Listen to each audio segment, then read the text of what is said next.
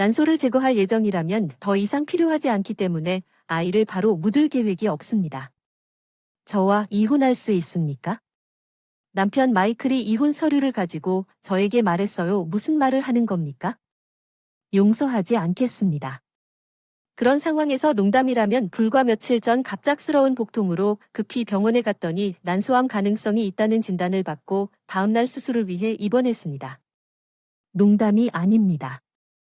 여태까지 아니 진짜 인내는 시댁과 함께 생활하고 괴롭힘을 당하는 것이었는데 왜 수술 전날 이혼 청원서를 제출해야 합니까?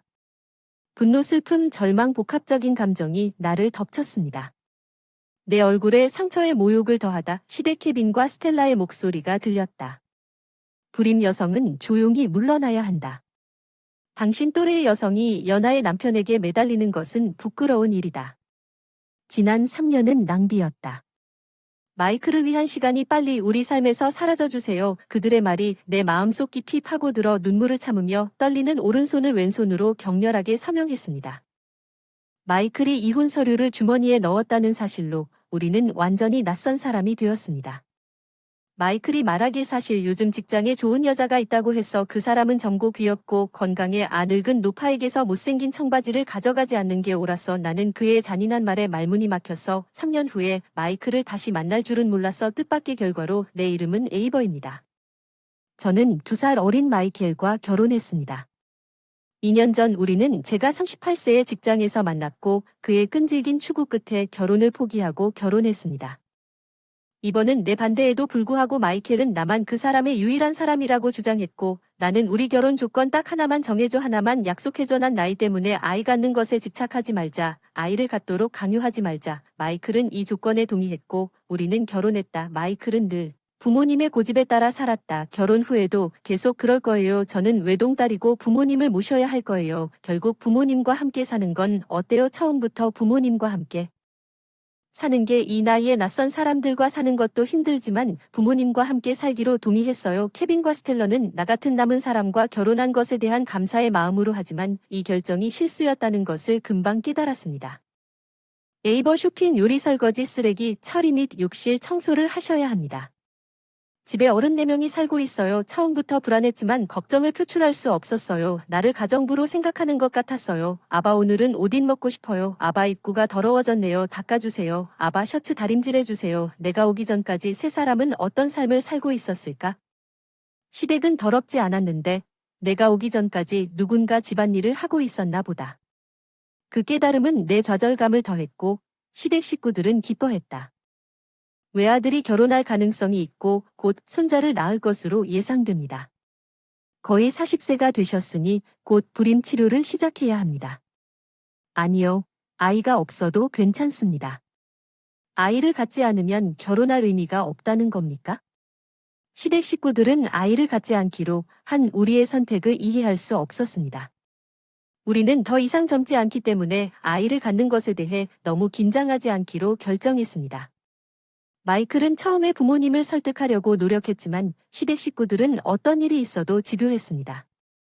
며칠 후 마이클이 언제 손자를 낳을 것인가 하는 질문이 다시 떠오를 것이라고 마이클은 얼마나 설득하려고 노력했는가. 마이클이 방에 들어왔을 때 얼굴이 빨개진 엄마는 내 잘못일지도 모르니까 병원에 가서 검사를 받아야 한다고 말했어. 임신을 안 하는 건 남자의 자존심에 상처를 입었다고 마이클이 나한테 욕을 하기 시작했어. 내 잘못이 아니야. 마이클이 자신에게 상처를 준 것뿐이야. 물론 큰 소리로 말하지는 않았지만 내 불만은 날이 갈수록 커져갔다는 걸 우리는 증명하고 있어요. 내 잘못이야. 우리가 아이를 가질 수 없다는 거야. 결국 병원에 갈 거야. 마이클이 그런 말을 했지만 나는 불임 치료를 받을 생각이 없었기 때문에 자연스럽게 그 말을 무시하고 일이 너무 바빠서 일을 할 수 없다고 거짓말을 했어요. 시댁에 있어요. 들어요. 엄마 유일한 은혜는 집에 가기 전에 부모님 집이 사무실 근처에 있다는 것이었습니다. 저는 부모님 집에 들러 첫 번째 좌절감을 토로하곤 했습니다. 이미 은퇴하신 사랑하는 부모님 토마스와 올리비아 40에 가까워진 결혼한 딸이 시댁과 남편에 대한 불만이 터져나와서 처음에는 결혼하자마자 부모님이 안타까웠지만 들어주신다는 마음은 어떨지 궁금하네요. 불평불만을 술안주로 안주 삼아 아바 오늘은 무슨 일이야 이웃한테 좋은 술 사서 같이 마시자 부모님이 너무 가볍게 여기셔서 왜 다들 결혼을 생각하느냐고 불평을 했을지도 모른다.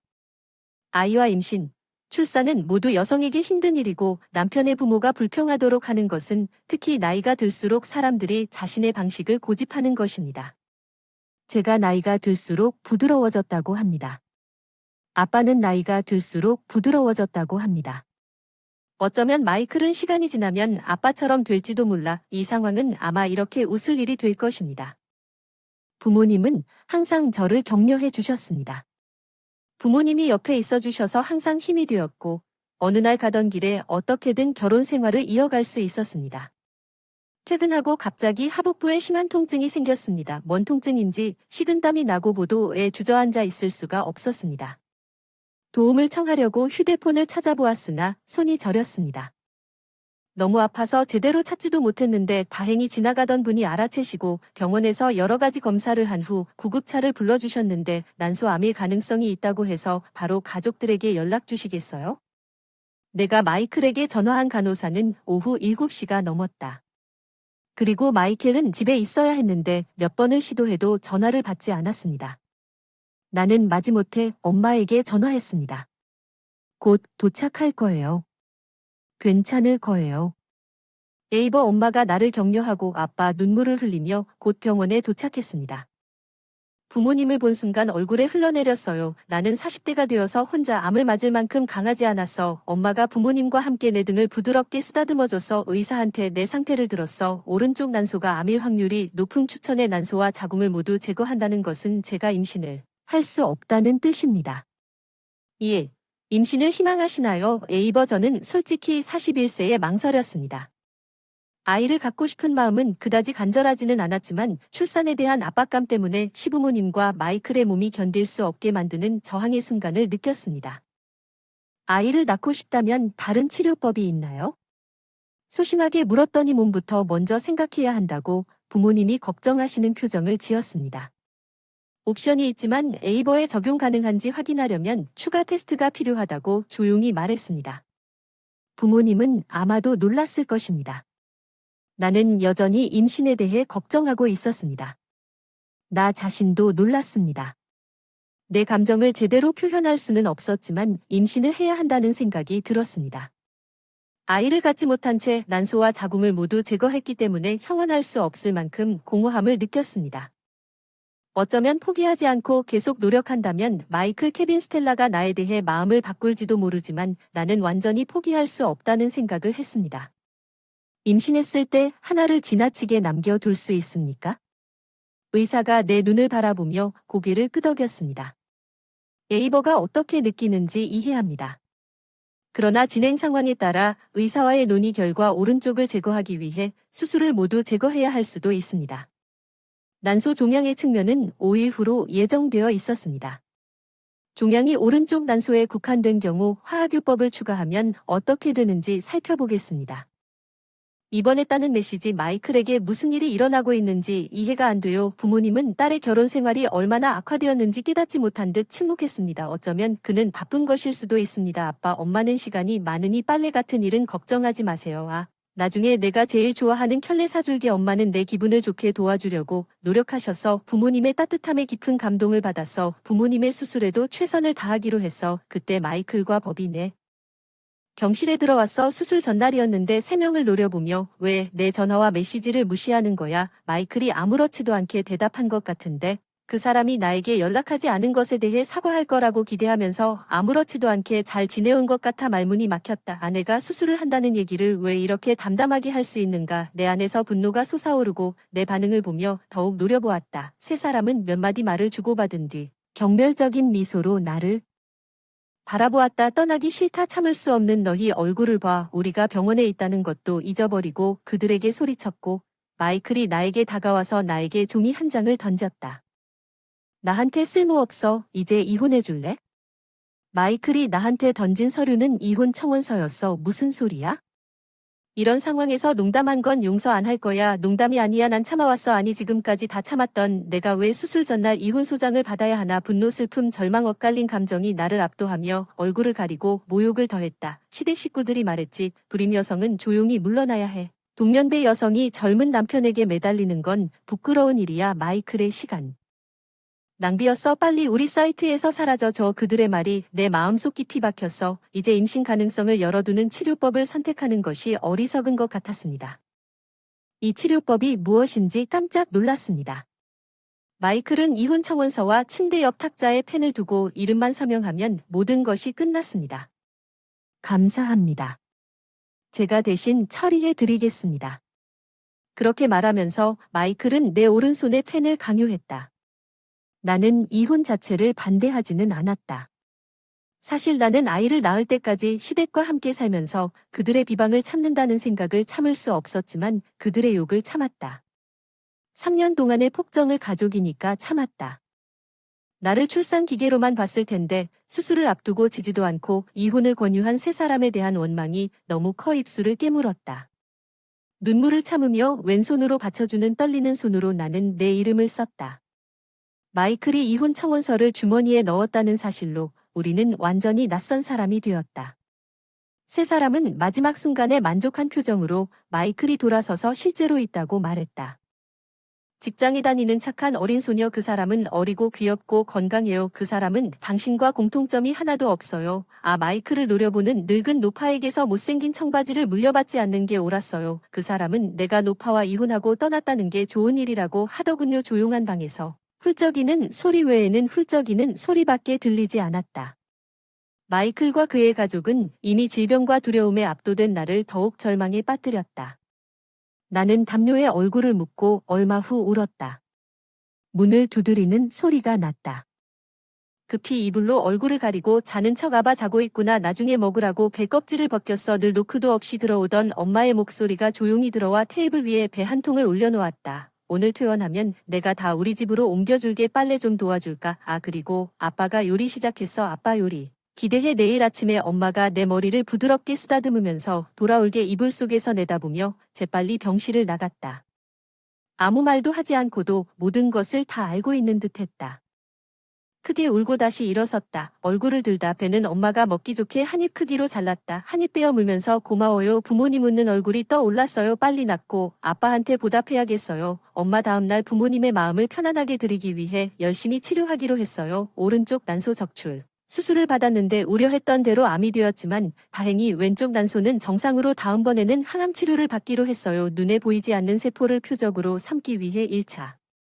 항암 치료는 약이 맞지 않고 부작용이 강해 아무것도 먹을 수 없었고 머리카락이 빠지면서 점점 얇아지는 모습이 보였으나 부모님은 늘 옆에 계셨습니다. 어제 격려해줘. 우리는 유성우를 봤다. 아빠가 좋아하는 별똥별 5개를 찾았어. 우리가 소원을 빌었으니 평소에는 별똥별을 보러 한밤중에 일어나서 별똥별을 보는 것에 관심이 없던 아빠에 대해 생각하면 확실히 나아질 것입니다.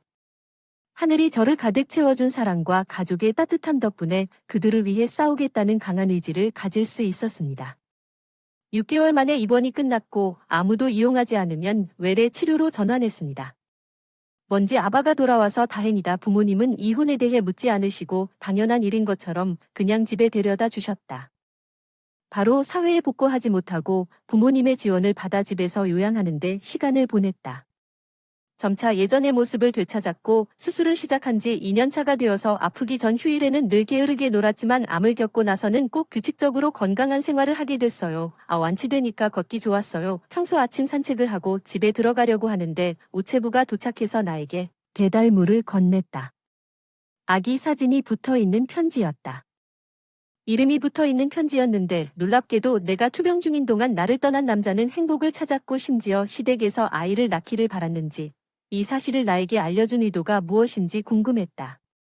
편지를 보고 기분이 좋지는 않았지만 마이클은 이미 나에게 낯선 사람이었다. 낯선 사람에게 내 신경을 낭비할 필요는 없었다. 이사하기로 했어요. 부모님이 연하장을 찾으면 속상하실 줄 알았기 때문에 집에 들어오자마자 그것을 찢어서 쓰레기통에 버렸습니다. 부모님이 제가 알지 못하도록 하다가 그 이후로 직장에 복귀했습니다. 부모님 집이 회사와 가까워서 무리하지 않고 출퇴근할 수 있었어요. 건강 샌드위치는 어땠나요? 맛있었어요. 늘 감사합니다. 매일매일 아빠가 영양 밸런스에 맞는 샌드위치를 준비해 주셔서 감동받았어요.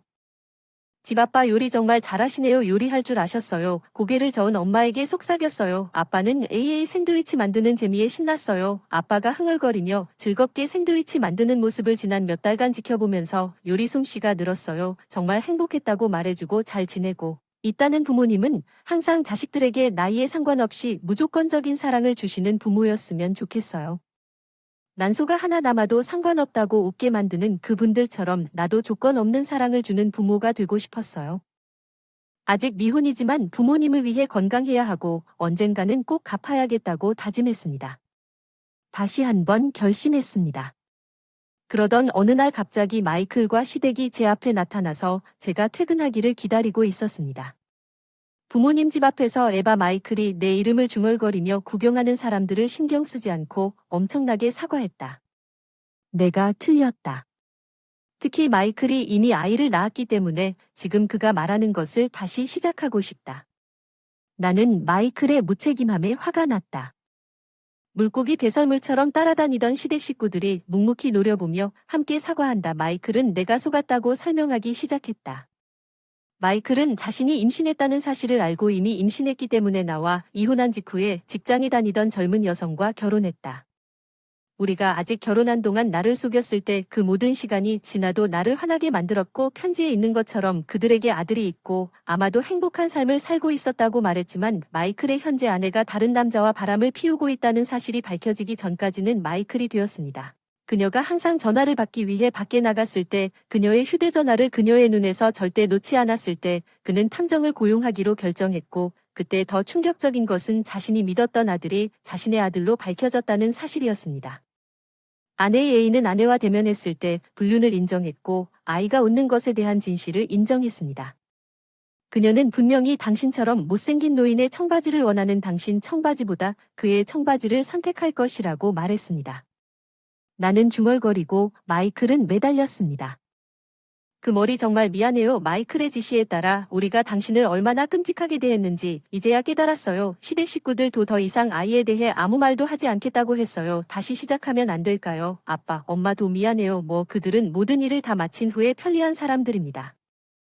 나는 그들이 어떻게 그렇게 아무렇지도 않게 내 앞에 나타날 용기를 갖고 있는지 이해할 수 없었고 나는 그들과 이야기하고 싶지도 않았는데 입구에서 남자와 부모님이 나오는 소란에 경고를 받았습니다. 딱 적절한 순간에 집에 도착 손님 여기서 뭐 하세요? 엄마는 마이클 일행이 내 앞에서 사과하는 것을 보고 목소리를 높였습니다. 부모님 뒤에 있는 남자는 엄마의 반응에 당황하다가 빨리 내 옆으로 왔어요. 제발 비켜주세요. 내 아내로부터 내 새 남편 브라이언은 마이클과 다른 사람들을 바라보며 내 앞에 보호적으로 서 있었습니다.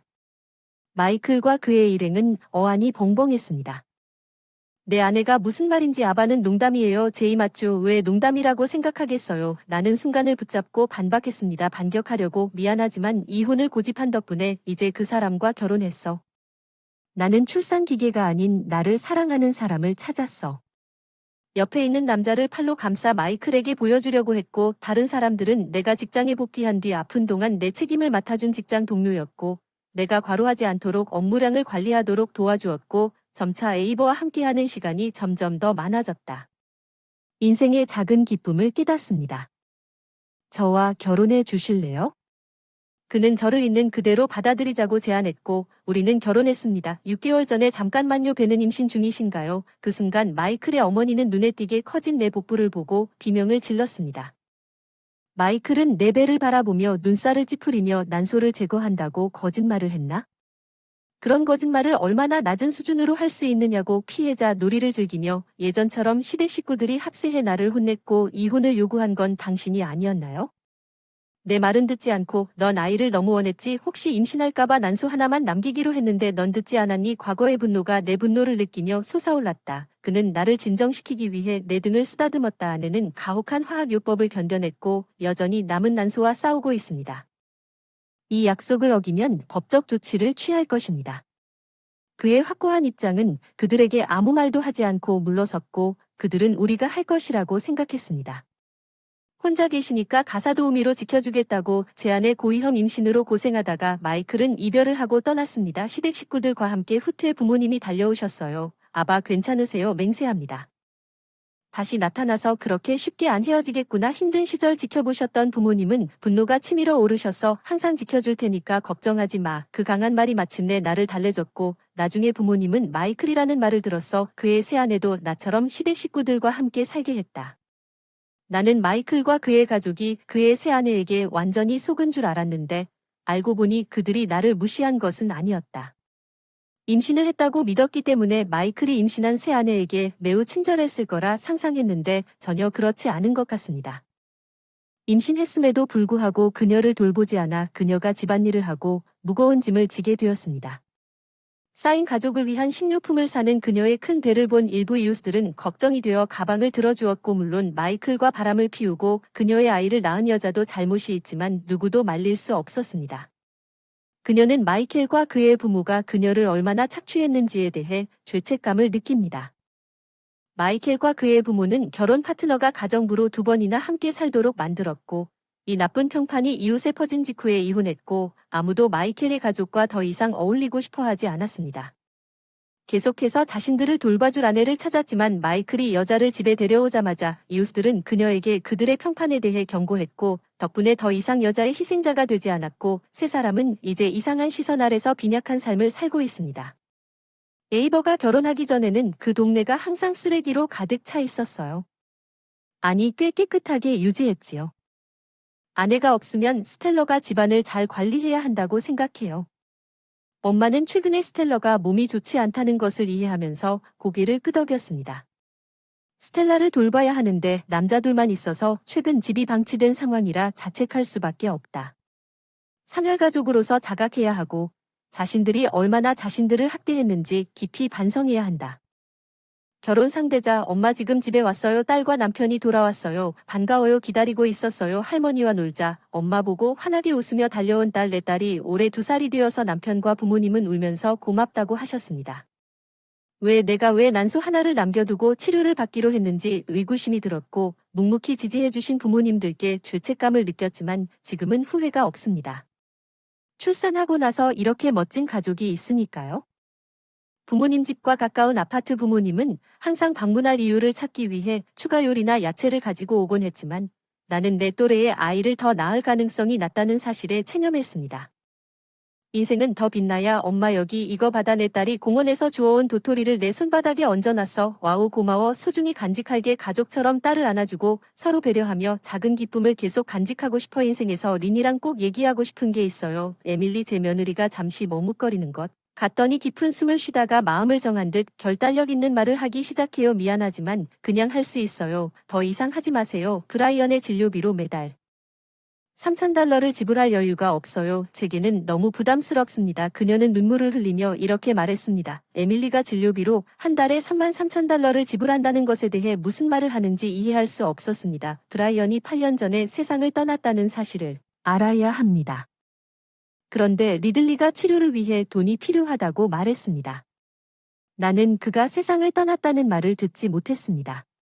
무슨 일이 일어나고 있는지 이해가 안 됩니다. 에밀리는 내가 상황을 파악하려고 애쓰고 있어도 전혀 인식하지 못하는 것 같았습니다. 내 남편 브라이언이 세상을 떠났다는 부인할 수 없는 사실, 나는 그의 죽음에 대해 전혀 듣지 못했습니다. 그것은 사실입니다. 에밀리는 지금까지 에밀리의 행동을 바탕으로 자신의 주장을 필사적으로 만들려고 노력했습니다. 나는 그녀가 거짓말을 하고 있지 않다고 확신했고 나는 그녀가 거짓말을 하고 있지 않다는 것을 알고 있었습니다. 그런 이야기를 만들어내는 유형은 6개월 전쯤 리들리가 나에게 와서 브라이언의 보살핌을 위해 돈이 필요하다고 말했다. 그는 우리 부모님이 우리 학생 시절에 우리에게 많은 돈을 보냈고 이제는 에밀리의 말을 듣고 돈을 보낼 차례라고 말했다.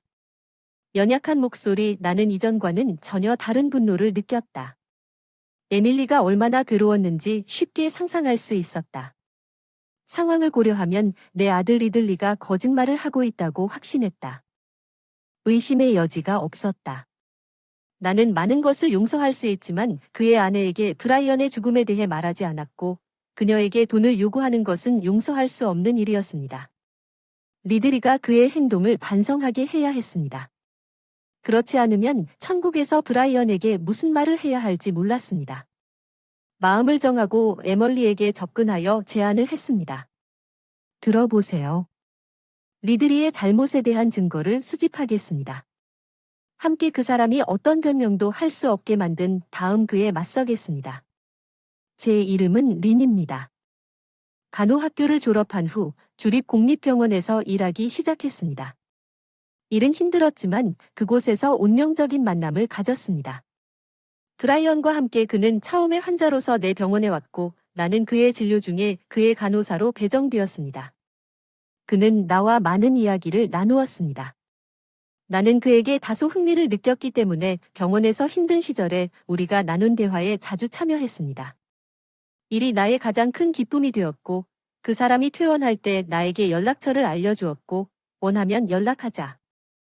나는 주저하지 않고 즉시 그 사람에게 연락했고 그래서 우리는 공식적으로 데이트를 시작했다.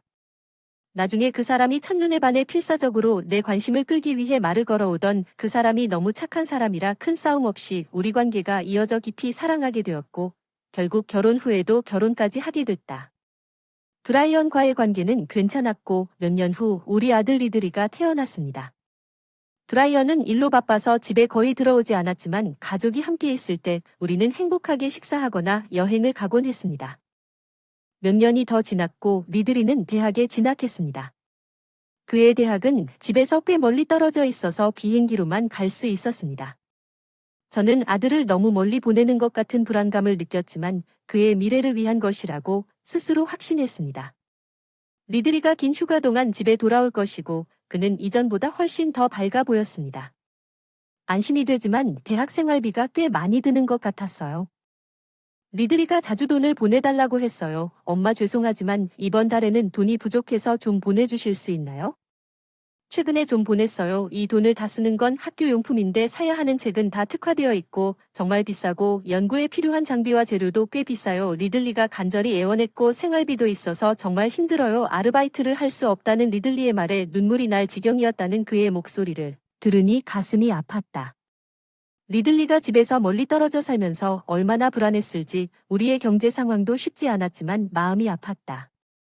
무슨 일이 있어도 도와야 한다는 걸 이해해 이번 주말까지 보내줄 테니 걱정하지 마세요. 감사합니다. 엄마 리들리의 대답을 듣고 말로 표현할 수 없는 기쁨으로 가득 찬 목소리가 밝아졌습니다. 이 대화는 리들리가 대학을 졸업할 때까지 계속되었습니다.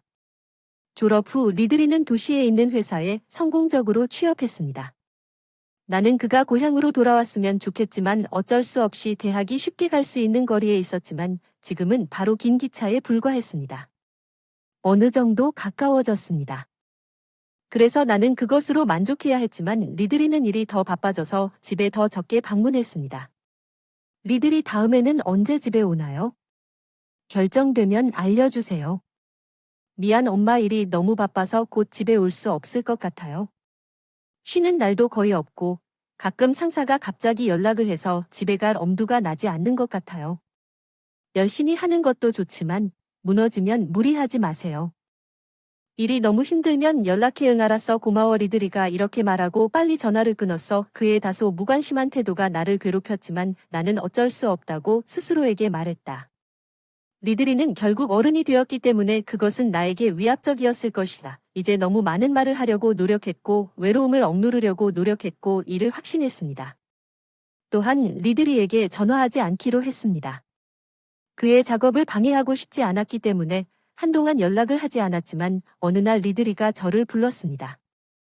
블루린 오랜만이야. 이제 괜찮아 무슨 일이야 결혼하기로 했어. 무슨 말이야 우연히 만난 사람이 있어서 사이가 좋아서 결혼하기로 했어. 이미 그녀의 부모님을 만나셨고 우리는 곧 집에 와서 그녀를 소개할 예정입니다. 알겠습니다. 기대하겠습니다. 이 말을 하고 전화를 끊었습니다. 리들리가 결혼한다는 생각만으로도 가슴이 설레었습니다. 어떤 종류인지 궁금했습니다. 그녀는 어떤 여자가 될 수 있을까? 내 손자들이 내 마음속에 온갖 생각이 맴도는 것을 볼 수 있을까? 나는 너무 행복해서 달력에 큰 표시를 표시했고 마침내 그날이 왔다. 리들리의 여자친구인 에밀리는 조용하고 아름답고 친절했다. 예리한 마음을 가진 마음씨 좋은 여자 나는 그녀를 즉시 좋아했습니다. 그녀는 완벽해 보였습니다.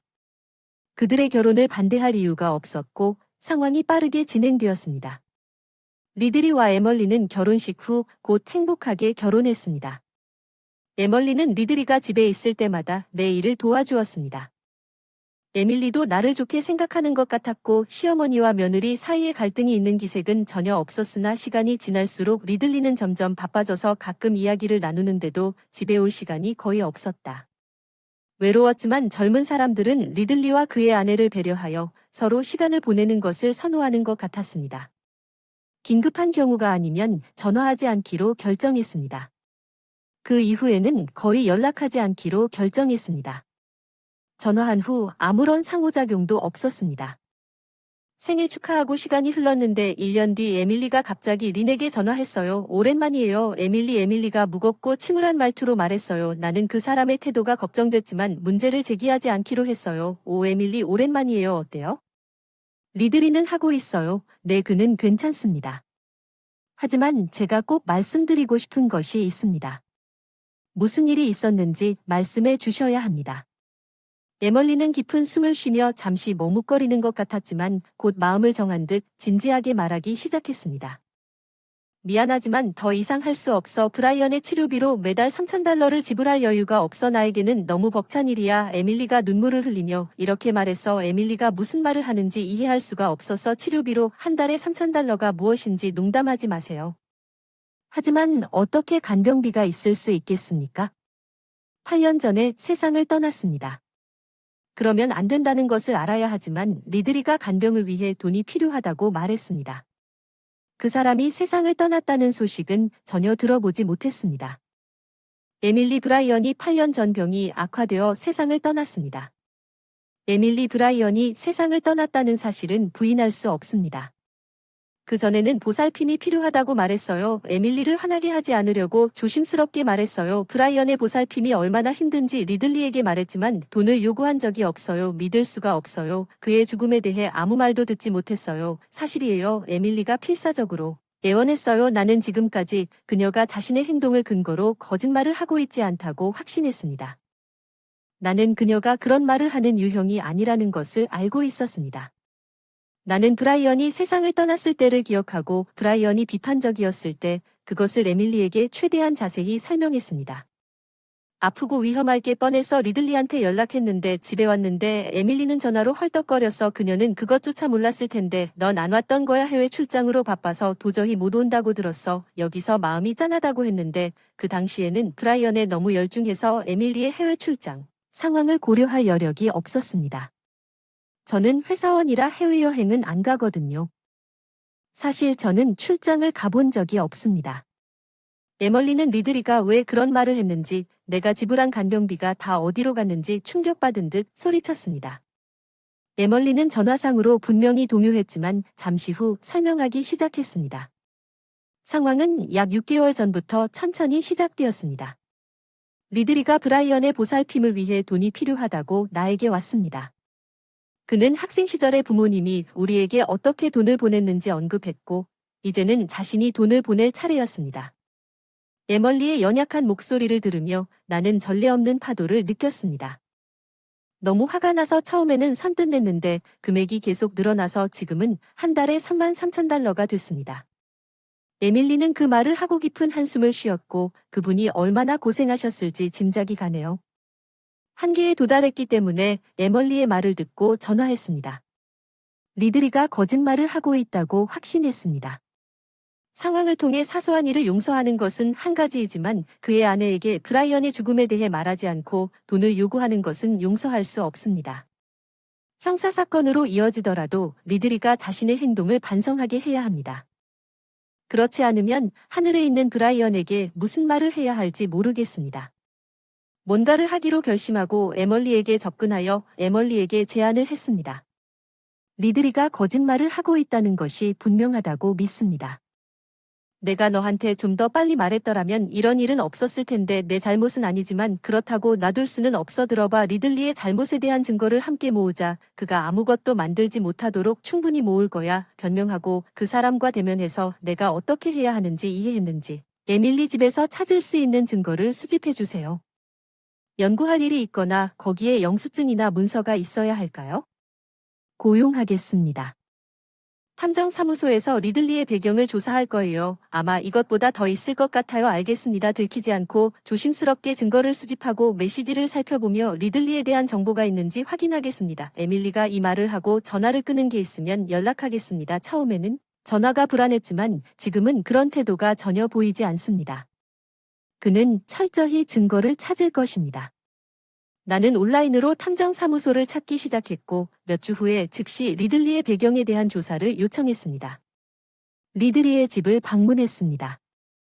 엄마, 무슨 일로 갑자기 여기 오셨나요?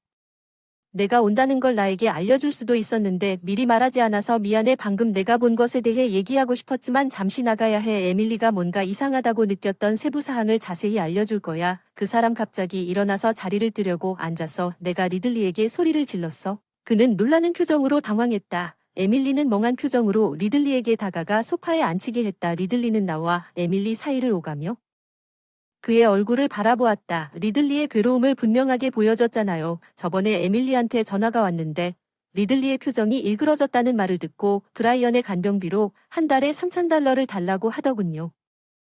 그는 자신의 행동이 발각된 걸 깨닫고 입술을 깨물었습니다. 그런데 이상하지 않나요? 브라이언이 더 이상 우리와 함께 있지 않기 때문에 이 목수는 정확히 누구입니까? 여러분의 의견을 듣고 싶습니다. 리들리는 즉시 대답하지 않았습니다.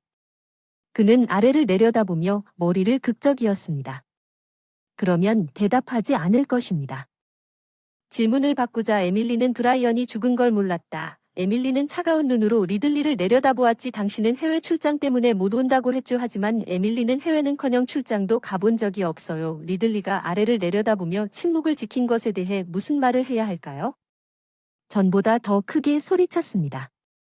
그런 때 침묵을 선택한 리들리에게 화가 났습니다. 에밀리는 입술을 꼭 다물고 리들리를 노려보며 리들리는 깊게 한숨을 쉬었습니다. 그리고 손으로 얼굴을 비벼 써들어봐. 우리는 이미 거짓말을 하고 있다는 걸 알고 있어. 증거를 많이 모았으니까 이제 침묵하는 건 무의미해. 난 반성하지 않을 거라고 좀 더 훈계하는 어조로 말했어. 내가 원했던 건 당신이 에멀리에게서 횡령한 $3,000에 대해 지금 그가 한 일이 왜 잘못되었는지 이해하기 위해 그것을 무엇에 사용했습니까? 진실을 말해주세요. 리들리는 한동안 침묵했지만 결국 그는 약하게 말하기 시작했습니다. 나는 그 돈을 사용하여 일을 시작하고 싶었습니다. 사업이 너무 힘들어서 사업을 시작하면 수입이 늘어나고 더 자유롭게 일할 수 있을 거라 생각했어요. 리들리는 떨면서 분명히 중얼거렸습니다. 즉시 반박하고 싶었지만 그 사람이 먼저 말을 끝내도록 하기로 했어요.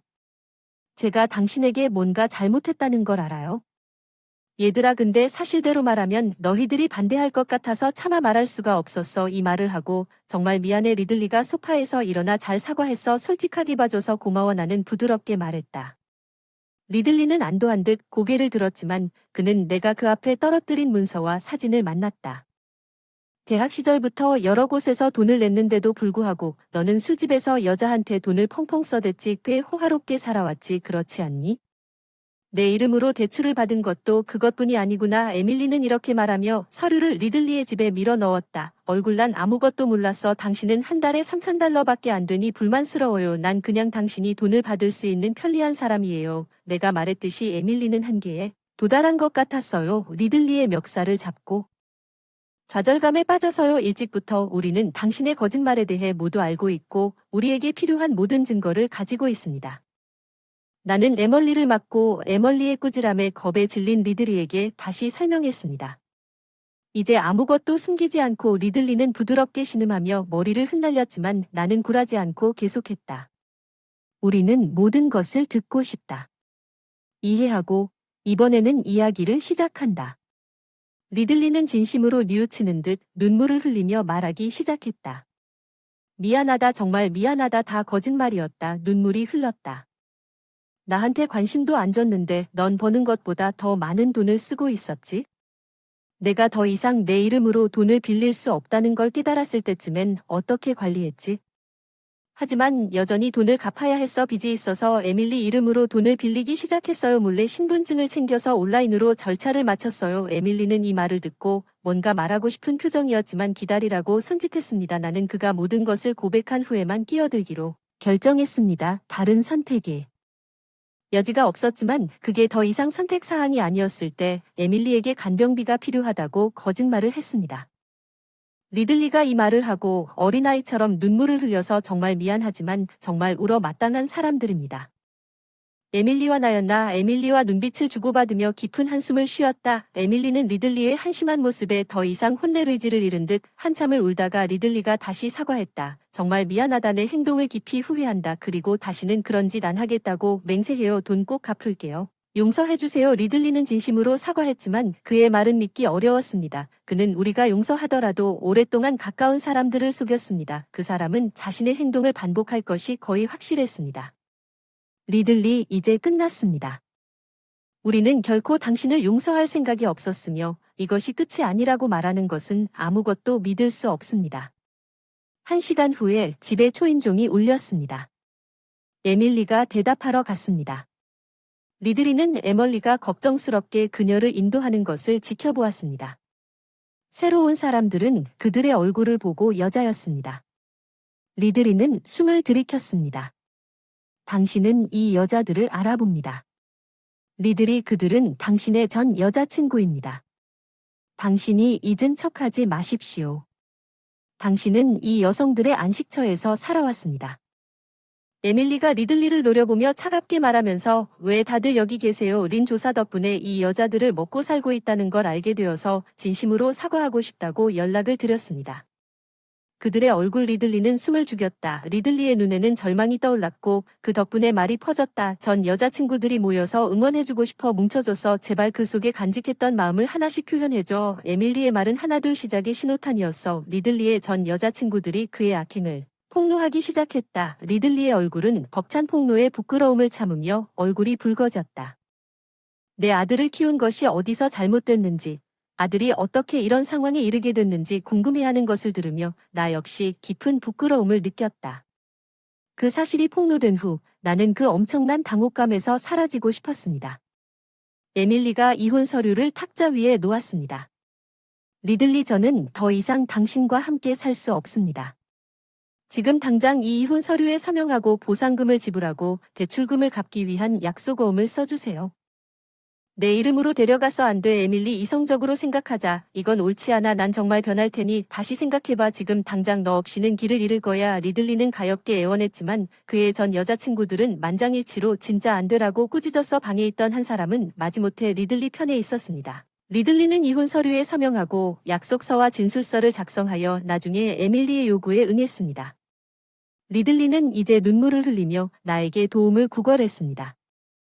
엄마, 정말 미안해요. 이것이 제 마지막 이기적인 요청입니다. 갚을 수 있게 도와주세요. 제가 거짓말을 해서 잘못했다는 건 알지만 혼자서는 할 수 없어요. 제발 린, 그를 도와줄 필요는 없어요. 그냥 그를 내버려 두세요. 나는 리들리의 눈을 바라보며 그를 안아줬던 따뜻함을 회상했습니다. 처음으로 리들리를 안아주는 온기. 브라이언과 우리 셋이 함께 보낸 즐거운 나날들, 리들리를 대학에 보낼 때의 연약함, 그 모든 것이 어제 일처럼 되살아난다. 그래도 내 아들 괜찮아. 리들리, 내가 무슨 짓을 했는지는 몰라도 너는 내 소중한 아들. 리들리의 눈은 내 말에 기쁨으로 빛났다. 내가 전혀 흠이 없다고는 믿을 수 없지만 어쩌면 나도 모르게 너를 외롭게 만들었던 나는 압도당했다. 리들리한테 미안해서 나도 책임질게. 끝까지 잘 챙겨줄게. 엄마 고마워요. 엄마 너무 고마워요. 리들리가 내 손을 잡고 눈물 흘리며 사과했는데 그때 또 초인종이 울리고 에밀리가 몇 번이나 잘 대답하러 갔어요. 옷을 입은 스타우트 남자들이 거실에 들어왔습니다. 안녕하세요. 요청에 따라왔습니다. 리들리 신사입니다. 낮은 목소리로 확인된 남자 중 한 명입니다. 네, 그 사람입니다. 우리 토론을 마쳤으니 이제 그를 데려가십시오. 남자들이 잠시 응답했다가 자리를 잡았습니다. 리들리는 그의 팔을 잡고 그를 서게 만들었습니다. 그런데 나이가 들고 그게 힘들어지니까 탐정사무소에 상담했더니 좋은 재활시설을 추천해줬어요. 거기에 잠시 멈춰선 가슴이 찢어질 듯 아파서 리들리가 눈물을 글썽이며 저를 쳐다보더군요. 나는 결심을 다해 그의 시선을 만났고 당신이 재교육을 받고 썩은 자아를 고치기 위해 거기로 갈 것이라고 선언했습니다. 이것은 내 지느러미입니다. 당신에 대한 동정심, 이런 일은 일어날 수 없습니다. 제발 가주세요. 에밀리, 누구든 도와주세요. 리들리가 필사적으로 간청했습니다. 도와주지만 에밀리와 그의 전 여자친구들은 꼼짝도 하지 않고 차가운 눈으로 그를 지켜보고 있다. 안전한 곳이다. 위험하지 않고 그냥 그곳에서 생활하면서 일과 생활을 관리하면 된다. 진심으로 미안하다면 그들의 안내를 따를 것이지 않나? 아니, 난 이걸 원하지 않아. 맹세코, 난 정말 다시는 나쁜 짓은 안 할 거야. 제발 도와줘. 리들리가 끌려가면서 애썼어. 결국 눈물을 흘렸어. 난 이걸 하고 싶지 않았지만 그렇지 않으면 문제가 너무 심각해. 이제 재활을 마친 리들리는 자신뿐만 아니라 다른 많은 사람들에게도 불행을 안겨줄 수 있었습니다. 리들리, 너무너무 미안해요. 진심으로 사과했어요. 에밀리가 다가와서 눈물이 그렁그렁해서 위로해줬고 리들리도 해결돼서 시설로 보냈어요. 지금까지 리들리가 스스로 축적한 모든 빚은 이제 갚아야 할 그의 책임이 될 것입니다. 그는 일시불로 지불하기에는 총액이 너무 커서 의심할 여지 없이 오랜 시간이 걸릴 것이기 때문에 문제없이 에멀리의 계좌에 정기적으로 매월 지불을 하고 있습니다. 리들리가 모든 것을 갚기 전 시간이 지났습니다.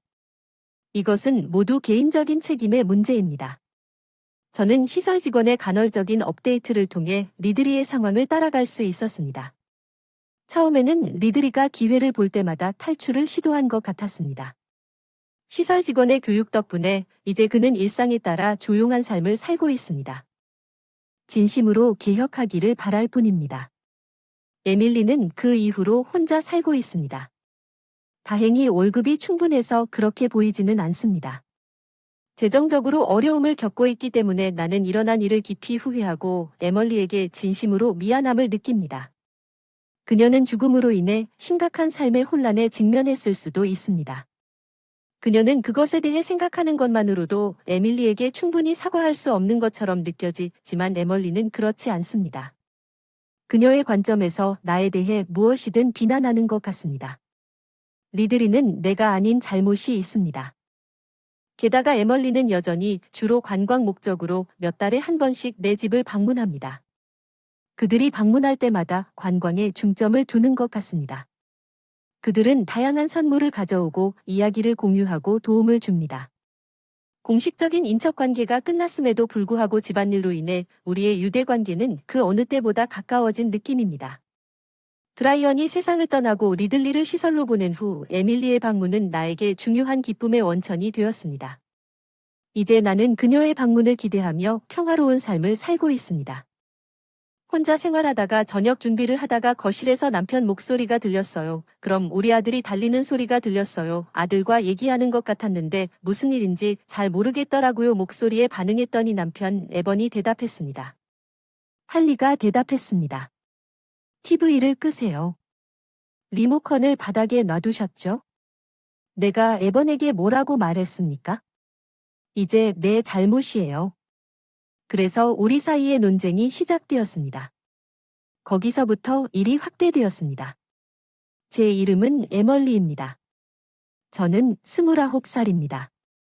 때때로 남편 에바는 대기업에 다니고 나보다 5살 위다. 2년 사귄 뒤 친구가 주최한 파티에서 만나 결혼했다. 에바는 좀 소극적이었지만 화목하게 지내는 것 같았고 잘 지냈던 것 같다. 2년 후로 우리는 축복을 받아 팔리라는 아들을 낳았습니다. 이 제 4살입니다. 폴리가 태어났을 때 출산 휴가를 냈지만 하루 종일 일한 후 정직하게 집안일을 처리하며 풀타임으로 돌아왔지만 인내했습니다. 폴리, 그의 미소가 나를 계속 움직이게 해요. 나는 직장에서 짐을 싸서 상사에게 작별 인사를 하고 오늘 집으로 갑니다.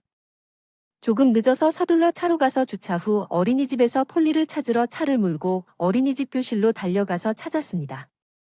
선생님과 놀고 있는 나를 보고 폴리는 미소를 지으며 내 모든 피로를 녹여주었다. 나는 선생님에게 작별 인사를 하고 손을 건네주고 폴리와 함께 웃으며 집에 돌아가는 길에 진짜 러쉬가 시작되자 집에서 저녁 식사를 준비해야 한다. 마침내 나는 팔리와 함께 문을 열고 여기저기 흩어져 있는 신발을 발견합니다.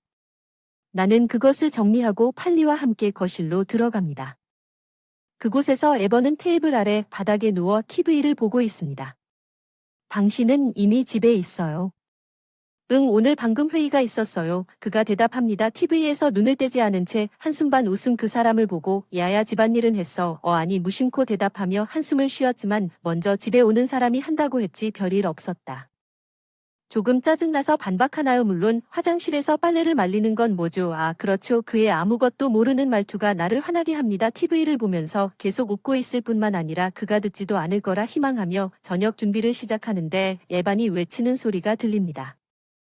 응, 잠시 침묵이 흐른 뒤 폴리가 울기 시작했다. 무슨 일이냐? 폴리가 TV를 껐다. 리모컨을 바닥에 뒀다면 당연히 폴리가 밟았을 텐데 뭐야, 내 잘못이야. 에반이 짜증나서 반박하는 소리. 어쩔 수 없지. 에반이 다른 방으로 가면서 소리칠 필요 없어. 여기 있는 아이는 누구야? 난 방해 없이 계속 저녁을 먹네. 마침내 저녁이 준비됐고 에반에게 저녁 식사가 준비됐다고 전화하러 가는데 그 사람이 나를 무시하는 것 같아. 그게 그런 것 같아서 그러다가 문이 열리고 에반은 무표정하게 나온다.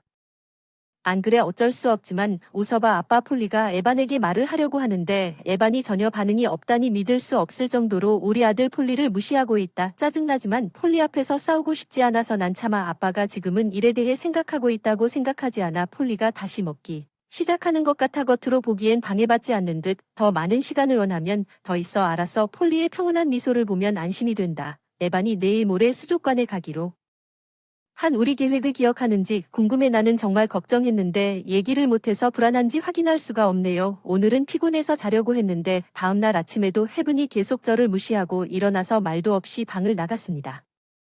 멍한 표정으로 스쳐가는 말 시작부터 공기가 긴장돼서 정말 끔찍한 아침이었어. 상황이 항상 질질 끌리고 있어. 그 사람 기분을 좋게 하려고 사과할 수도 있었지만 이번에는 내가 잘못한 게 없는 것 같아 가져갈 수 없어. 그런 일에 대해 사과하려고 폴리에게 가져가는 건 무리야. 지금 사과하면 스트레스만 참다가 폭발할 때까지 가둬두고 에반한테 달려가서 껴안고 에반이 너 냄새난다고 했어. 나한테 말 걸지 마. 냄새나. 누가 그러냐? 폴리야. 또 사고 쳤어. 폴리가 나랑 자니까 그럴 리가 없다고 생각했는데 냄새가 났어. 언제 이런 일이 일어났지? 폴리 옷을 갈아줬는데 에반이 폴리에게 소리치면서 보여줘서 여전히 기분이 안 좋았던 에반은 좀처럼 소리를 지르지 않아서 좋은 징조가 아니라는 걸 알았습니다. 수족관 여행. 에반이 오늘 언제 집에 올지 궁금해서 저번에 수족관에서 샀던 지퍼가 달린 상어 배낭을 폴의 가방으로 사용하기로 했어요. 폴리야 멋지다. 배낭을 맨 폴리의 미소. 그 등을 보며 나도 웃게 됐어. 우리는 행복하게 준비하고 있었는데 밤이 되어도 에반에게서 아무 소식도 없었어. 그는 전화도 안 하고 집에 오지도 않았어. 저녁 먹자. 폴리 아빠는 당분간 돌아오지 않을 거야. 알았어. 내일은 수족관이 있는 날. 폴리가 에반 없이 저녁을 먹었어. 웃으며 말했다. 응, 그렇단다. 나는 솔직하게 웃으며 더 이상 어떻게 해야 할지 몰라서 우리 둘이서 나가기로 했어. 폴리, 우리 둘만 수족관에 가자. 내일 아빠는 어떡하지? 아빠는 어리둥절한 표정을 짓는 것 같아. 일하느라 바빠. 알겠어. 에반한테 연락도 없고 더 이상 기다릴 수가 없어서 그냥 둘이 가는 게 좋겠다고 했어. 게다가 그 사람이 우리 약속을 기억하고 있는지도 몰라서 결심했어. 혼자 가고 싶다. 무시하는 사람이랑은 가기 싫다. 우리 둘만 가면 재미있을 것 같아. 아빠가 뭔가 화난 줄 알았는데 응파이 뭔가 느낀 것 같아. 정말 이해가 안 돼. 그냥 피곤한 것 같아. 그냥 가자. 내일 우리끼리 가세요. 응, 기대됩니다. 폴리는 행복해 보였고 조금 안도감을 느꼈어요. 저녁 식사를 마치고 잠자리에 들 준비를 하고 있는데 휴대전화로 메시지가 왔어요. 문자. 당 1펜이 AB로 찍혔어요. 에반원이 보낸 메시지였어요. 한 글자. 당 1펜이 이해가 안 됐는데 무슨 말을 하는 거야?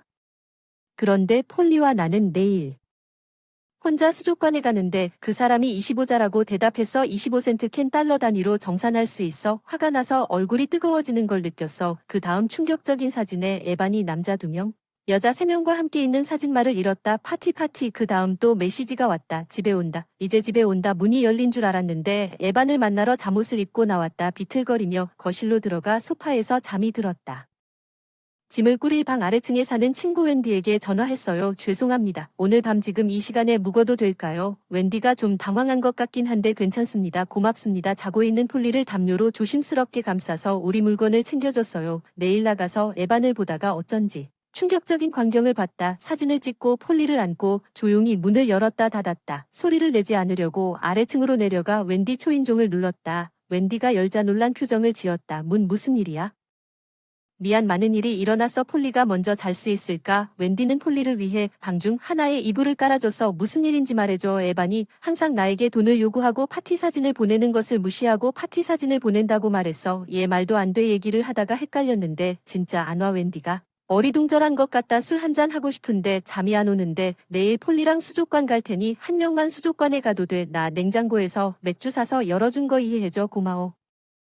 한 캔 마시고 환기하다가 잠들었어. 웬디가 아침 일찍 나를 깨웠고 넘어진 나를 담요로 덮어주고 이불에서 재우게 해줘서 잠들었어요. 미안해요. 잠든 줄 몰랐어요. 이불 덕분에 푹 쉬었어요. 불만이 다 풀렸나봐요. 샤워실 좀 써도 될까요? 당연히 빨리 샤워하고 가져온 옷으로 갈아입고 시계를 봤어요. 폴리가 일어날 시간이라 서둘러 옷을 입었어요. 폴리가 일어났어요. 처음에는 놀랐다가 웬디를 보고 웃었어요. 야, 웬디야, 오랜만이야. 폴리 대화가 위로가 됐어. 너랑 수족관에 갈 수 있어. 그리고 오늘 너희 엄마가 웬디가 아는 표정으로 나한테 줬어. 정말 응, 웬디가 우리와 합류할 거라 안도감을 느꼈어. 우리는 준비를 하고 수족관에 도착했어. 폴리는 매우 신났고 웬디는 웬디를 데리고 수족관으로 달려가서 정말 안도감을 느꼈어. 폴리가 뒤에서 지켜볼 수 있도록 배려해준 폴리와 웬디는 이 구간이 끝난 후 웃으며 재미있게 놀았다. 폴리는 탱크로 달려갔다. 나는 웬디에게 고맙다고 말했다. 웬디는 내 표정을 보고 웬디는 힘들었겠구나 답했다. 돈 걱정하지마. 난 즐거웠어. 그녀의 말이 내 감정을 SW 상승시켰어. 그래, 난 정말 많이 겪었어. 눈물이 그렁그렁했어. 그날은 정말 좋았어. 정말 오랜만에 자유의 날 같았어. 우리는 현실을 잊어버리고 좋은 하루를 보내서 수족관에서 점심을 먹었습니다. 돌아오는 길에 저녁을 먹고 웬디스 플레이스로 돌아왔습니다. 그날 밤은 지쳤나 보군요. 바로 잠이 들었습니다. 우리는 다시 웬디의 집에 머물렀습니다. 다시 숙박하게 해서 죄송합니다. 물론 괜찮습니다. 그때는 정말 감사했습니다. 어떻게 어바웃 네일 카페에서 새로운 음료를 마셔보자. 아, 새로운 음료가 나왔어. 한동안 카페 방문이 즐겁지 않았어. 그래, 맛있으면 한번 먹어봤어. 그럼 이 편안한 공간으로 가자. 에바는 완전히 잊어버렸어. 다음날 아침 우리 셋은 카페에 가서 새 음료를 주문하고 즐거운 대화를 나눴다. 폴리는 오랫동안 가만히 있을 수 없어 곧 웬디네 집으로 돌아갔다. 웬디스에서 쿠키를 먹고 초인종이 울렸다. 혹시 에반일지도 좀 긴장됐는지 확인해 볼게 웬디에게 말하고 초인종 카메라를 보니 예상대로 에반이 서 있었다. 천천히 문을 열었다. 에반이 오만하게 서서 비명을 질렀다. 나 그러니까 넌 여기 있었잖아. 아무 말도 없이 그냥 가지마. 그 사람 화났어. 장난하냐. 집에 음식도 없고 전화도 안 되고 화난 표정으로 소리 지르고 있었어. 전화에 대한 말은 나 화났어. 캐릭터당 이런 식 받겠다는 말도 안 되는 소리를 하는데 내가 왜 답하겠는가. 에반을 정면으로 바라보며 내 잘못이 아니라고 왜 피해자인 것처럼 행동하는 에반은 놀라 주위를 둘러보며 에반이 보낸 알림을 모두 차단했어. 내 설정까지 해놨어. 전화벨 울리지 말라고. 전화 웬디랑 놀다가 웬디가 나오는 소란을 들으며 그 사람에 대해 완전히 잊어버렸어요. 나는 괜찮다는 손짓을 하고 그녀가 가까이 오지 못하게 하려고 노력했지만 내 뒤에 웬디의 존재가 느껴져서 말했어요. 에반, 그건 내 잘못이지.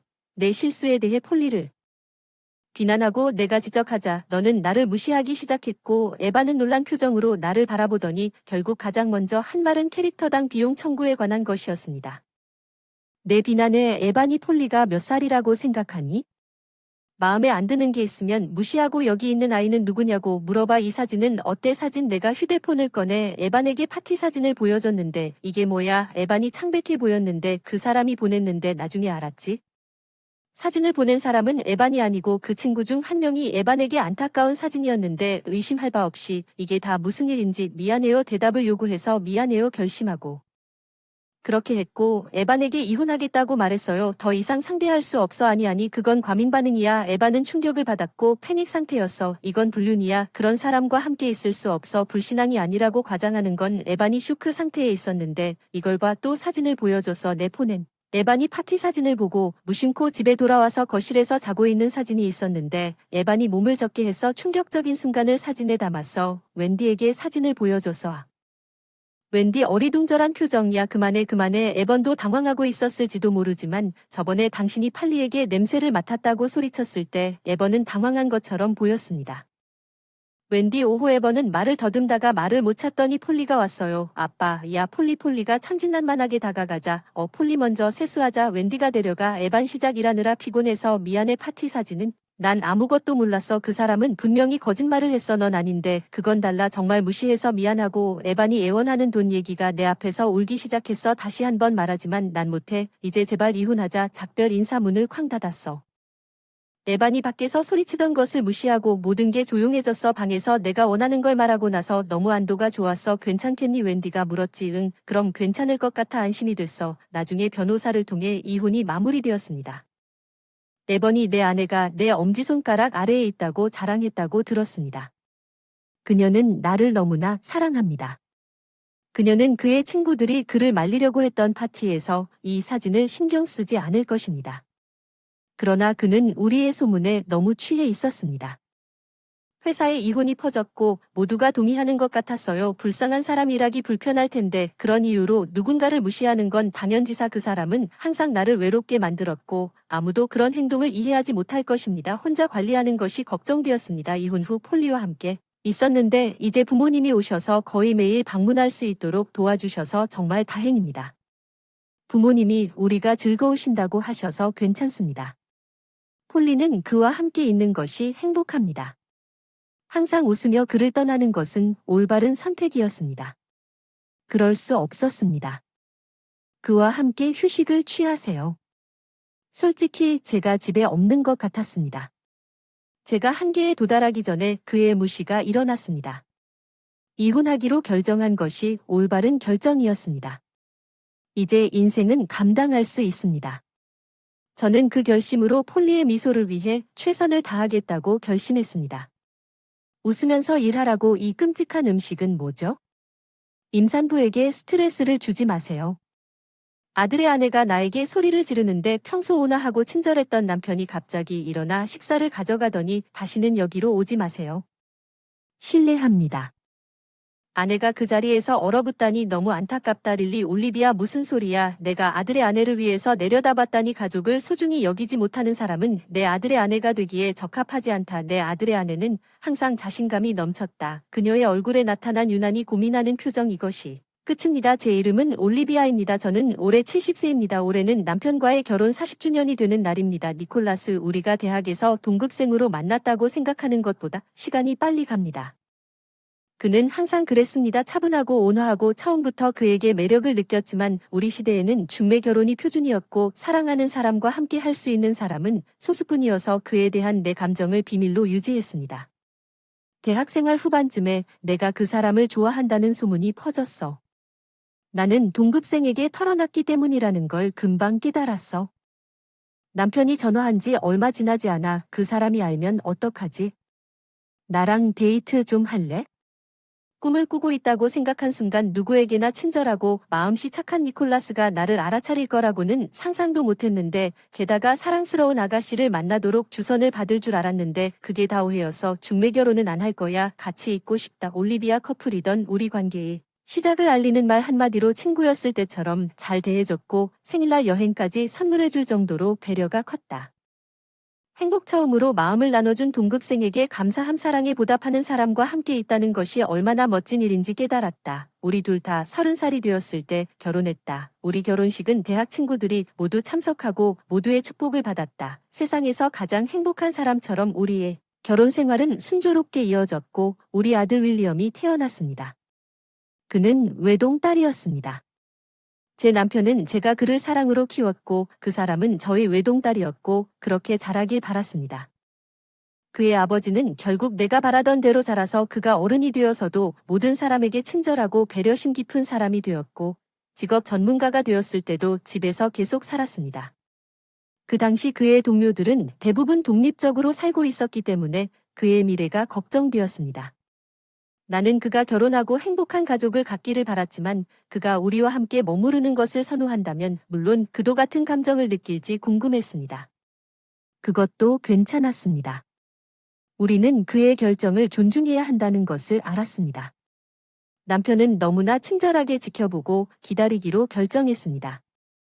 그것은 윌리엄의 것입니다. 선택에 크게 간섭하지 않은 윌리엄은 40세가 될 때까지 계속 우리와 함께 살았습니다. 그는 쉬는 날에도 자신의 일에 진지했습니다. 그는 가족을 우선시하고 항상 우리를 보살펴 주었습니다. 어쩌면 가족으로서 함께 지내는 것이 괜찮을지도 모른다고 생각하기 시작했습니다. 반면에 법은 둘 다 웃고 친절해 보였어. 우리 가족이 되기를 기대하고 있어. 웃으면서 인사해. 우리도 웃게 해줘서 우리가 잘 지낼 수 있을 거라 생각했는데 그때 마침 윌리엄 부모님이 조부모님 같아. 내 갑자기 아들며느리가 끼어들어서 시댁이 아들며느리 잘 혼냈다며 뭐라 하니 그냥 연하일 줄 알았는데 너희들도 나이가 많아서 처음에는 시댁들이 우리보다 나이가 많은 것 같아서 부적절하지 않나?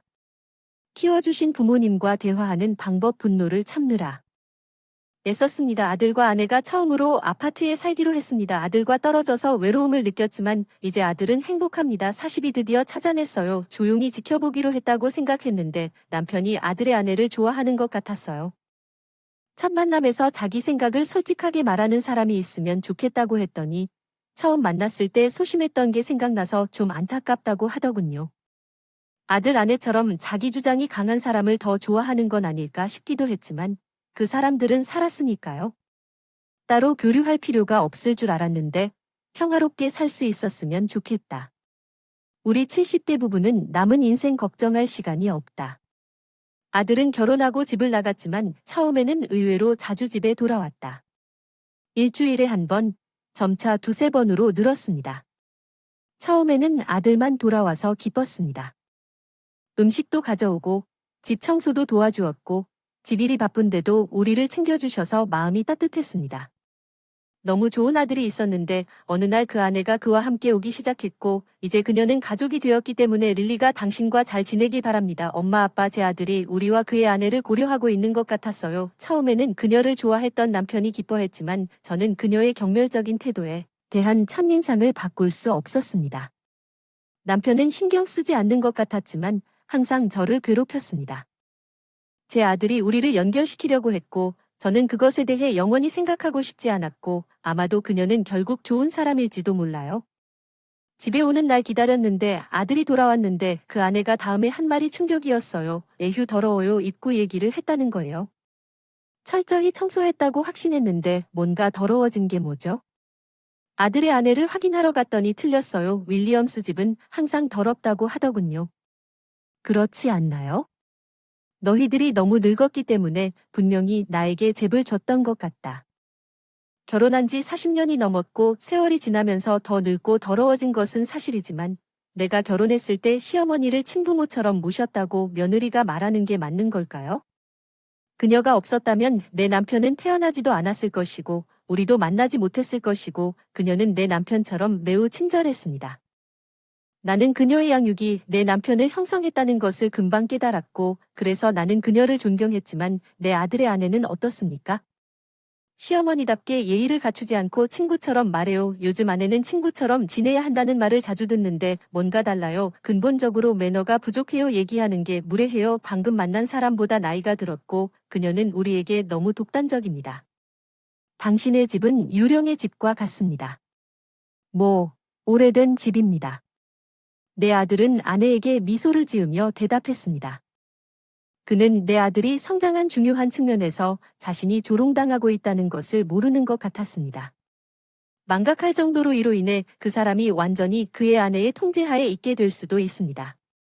내 두려움은 현실이 되고 있었습니다. 커피 좀 마실 수 있나요? 지금 바로 준비하겠습니다. 이건 끔찍해요. 한 잔 더 줄게요. 제 아들의 아내가 저를 완전히 상사했습니다. 주위에서 시댁이 아닌 자기 집인 것처럼 행동했습니다. 남편에게 눈으로 호소했지만 눈길조차 주지 않았습니다. 아들의 아내는 내가 준 커피에 대해 불평했습니다. 커피를 낭비하다 교체한 커피를 몰래 다른 용기에 옮겨서 알았어 이게 가능해. 마침내 아들의 아내는 만족한 것 같았지만 고맙다는 말은 한마디도 하지 않았다. 나는 단지 하인이고 이런 대우를 받았음에도 불구하고 내 아들과 남편은 그렇지 않다. 둘 다 내 아들의 아내에게 반하도록 도우려고 노력해도 둘 다 비슷한 유형의 사람들을 좋아하는 것 같아 실망스럽습니다. 비록 그녀가 내 나이였음에도 불구하고 그녀는 확실히 내가 친구로 만들고 싶은 유형이 아닙니다. 우리는 청소하러 다시 갈 것입니다. 한동안 투덜대던 아들의 아내는 만족한 듯 마침내 아들과 함께 떠났습니다. 그들이 떠나고 나서 정말 다행이었습니다. 아들의 아내가 사용한 컵과 접시를 철저히 소독했습니다. 본능적으로 아들의 아내에 대한 혐오감을 느꼈습니다. 아들 아내라서 같이 가는데 본능적으로 엮이고 싶지 않아요. 아들이나 남편 둘 다 좋아해서 의논할 수가 없어서 손이 닿는 건 다 소독해서 마음을 편하게 했어요. 내가 화를 낼 수 있는 유일한 방법은 아들과 그의 아내가 아름다운 아파트를 갖고 있음에도 불구하고 일주일에 두세 번 계속 방문했습니다. 그들은 오늘 대부분 우리 집에서 시간을 보냈습니다. 그녀는 자신의 가족에 대해 이야기합니다. 나는 오직 세 자매 중 한 명입니다. 언니와 여동생이 좋은 대학에 다녔다는 불만이 대부분이었지만 둘째는 지방 전문대학만 졸업했고 부모님이 남동생을 좋아하는 게 늘 불만스러워 보였지만 릴리를 사랑했던 것 같아요.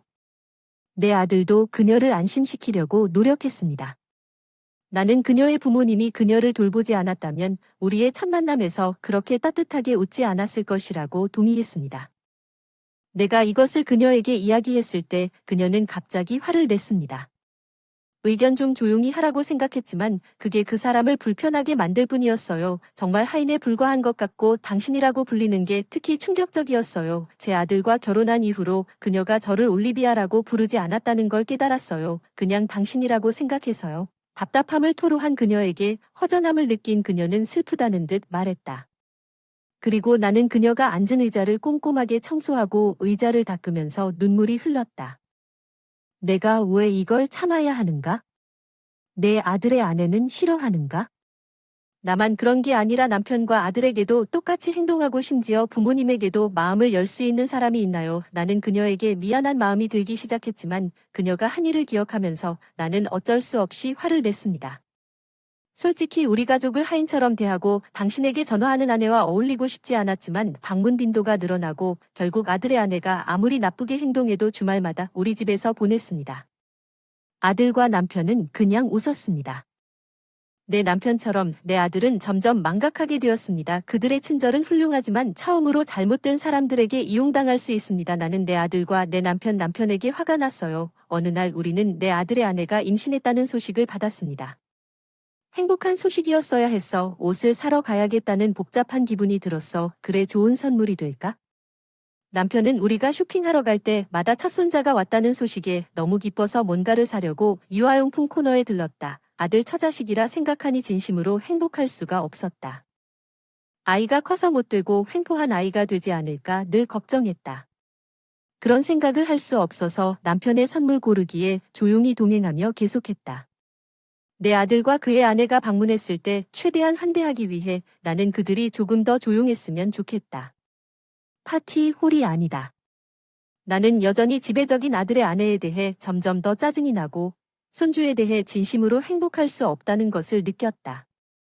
사건 발생 올리비아가 갑자기 집에 아이를 낳으러 왔다는 소식은 전혀 듣지 못했습니다.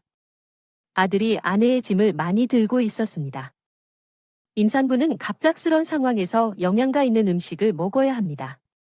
맛있다고 해서 아들네 와이프한테 갖다 줬는데 음식을 맛보면서 여전히 엄한 표정을 지은 채 바로 음식을 뱉어냈다. 이 끔찍한 음식이 뭐야? 임산부에게 스트레스를 주려는 건 아니었어. 의도한 건 아니었어. 내 요리가 그 사람 입맛에 안 맞는데도 그런 말을 듣고 충격을 받았다.